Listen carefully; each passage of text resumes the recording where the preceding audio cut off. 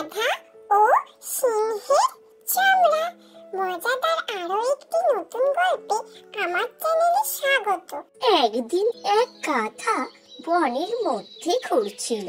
ঘুরতে ঘুরতে বনের একাধারে সে দেখতে পেল একটি সিংহের চামড়া পড়ে আছে। সে মনে মনে ভাবলো হয়তো কোনো শিকারী ভুল করে ফেলে গেছে, আর সেটা দেখে সে খুব আনন্দ পেল। সে সঙ্গে সঙ্গে কি করলো, সেই সিংহের চামড়াটা গায়ে ফেলে নিজে পশুরাজ হওয়ার ভান করতে থাকলো। এরপর যেই না গাধা সিংহের চামড়া পরে অন্যান্য পশু পাখি বন্ধুদের কাছে গেল, তখন সবাই তাকে সিংহ ভেবে ভয় পেতে থাকলো এবং এটা নিয়ে নিজেকে খুব গর্ববোধ করতে থাকলো এবং সে নিজেকে বনের রাজা ভাবতে শুরু করলো সিংহের মতো।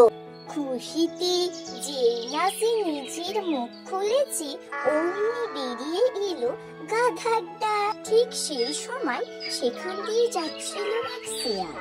গাধা সিংহের চামড়া পরে শেয়ালকেও ভয় দেখানোর চেষ্টা করলো, কিন্তু শেয়াল গাধাকে বলল, গাধা, তোমার গলার আওয়াজেই আমি তোমায় চিনতে পেরেছি, না হলে কখন তোমায় ভয় পেতাম। তখন বনের সব পশুরা একটু স্বস্তি পেল। তারা এবার বুঝতে পারলো আসলে সে পশুরাজ সিংহ নয়, সে গাধা। সে পশুরাজ সিংহের চামড়া পড়েছে কোথা থেকেও পেয়ে। নীতি কথা, পরিচ্ছদ কারো আসল পরিচয় নয়। আমার গল্প শুরলো মেটে গাছটি মুড়ে।